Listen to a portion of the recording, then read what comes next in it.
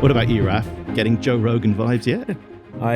Joe Rogan. I mean, the AICD is not paying us $250 million for our contract like Spotify is for him yet. They're not yet, anyway. But I mean, that's actually a fascinating conversation, the impact of podcasts on the election. But again, one that we'll probably save for people who are experts in that field, and we'll stick to the economics. All right. So before we hair off onto a discussion about the political salience of podcasts or otherwise, let's get started. What's your big take from last week? I feel like one way of looking at this election more broadly is just that if inflation is up, it's a bad time to be an incumbent government anywhere in the world. At least that's what it seems. You could tell the narrative of that. Yeah, I think that's right. There was some really nice analysis by the FT's excellent John Byrne Murdoch, which argued that, and I wrote the quote down here, the economic and geopolitical conditions of the past year or two have created arguably the most hostile environment in history for incumbent parties and politicians across the developed world, unquote.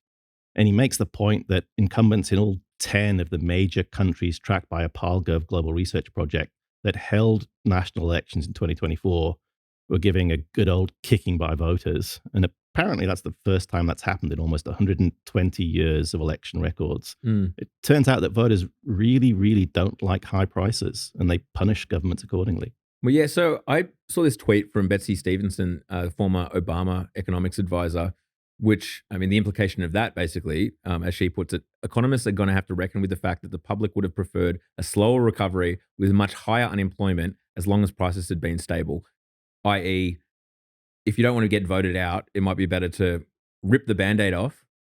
People don't like cash stimulus. As long as inflation stays low, they're happy with unemployment being up. We have this thing called the misery index. It was, I think, originally constructed by an economist called Arthur Okun.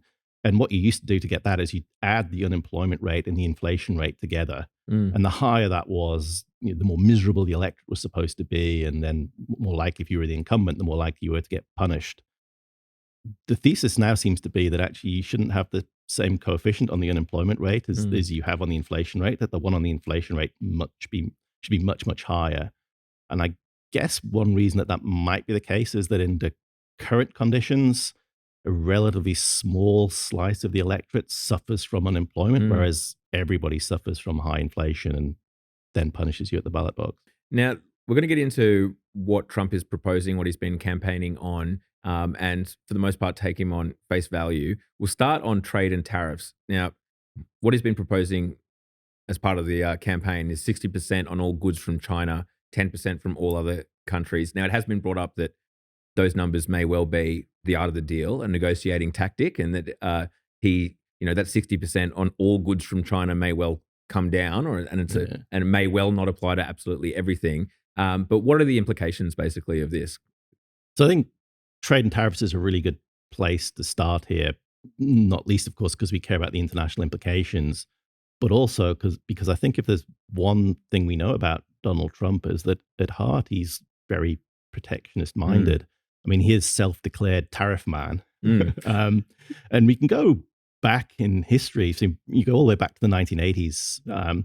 He was amongst those leading voices in the United States at the time who was calling for a big protectionist response to Japan's success with exports of cars and electronics. Back in September 1987, he ran full-page newspaper ads declaring that for decades, Japan and other nations have been taking advantage of the United States. It's time for us to end our vast deficits by making Japan and others who can afford it pay. Make Japan, Saudi Arabia, and others pay for the protection we extend as allies. Let's not let our great country be laughed at anymore. So switch out Japan for China.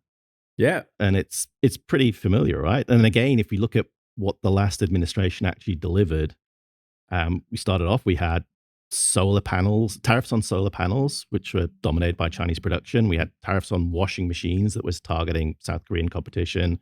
We had pretty wide-ranging tariffs on steel and aluminium imports, including, those were the ones that were famously cited, used national security threats as a justification for putting them in place. We had threats to impose auto tariffs, again, citing national security.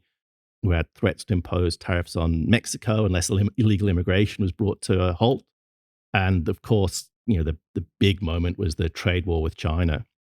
So by the time you got to, I think, February 2020, which was the implementation of this so-called Phase 1 agreement between the Trump administration and Beijing, average tariffs on Chinese exports were up at 19.3%. That was more than 6 times higher than they were before the trade war began in 2018. At that point, they were covering 66% of all US imports from China. And at the same time, because there was retaliation going on there, average Chinese tariffs on US exports had risen to an average of 21% and covered more than half of all US imports into China. If you step back overall, the first Trump term saw average US tariffs on all imports double from about 1.4% in 2017 to nearly 3% by 2020. So in other words, he has form. Yeah. So it's worth taking this stuff seriously.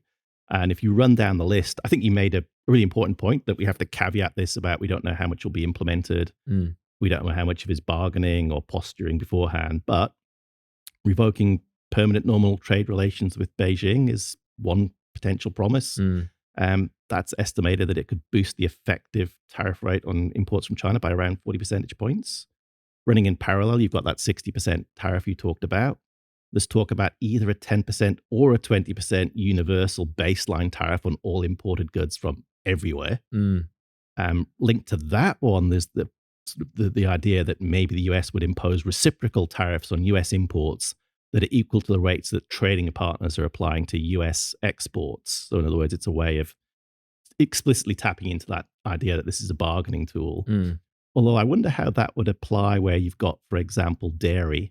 I mean, I can imagine the Kiwis saying, for example, that they would really like the idea of reciprocal tariffs if it meant that US dairy tariff rates were brought in line with New Zealand dairy rates. Well, I mean, they run Brazilian sugar exporters might be feeling the same way. I mean, they run a trade surplus with Australia, right, as well. So, I mean, I feel like that may be one way we somewhat swerved in this first administration. Anything too punitive.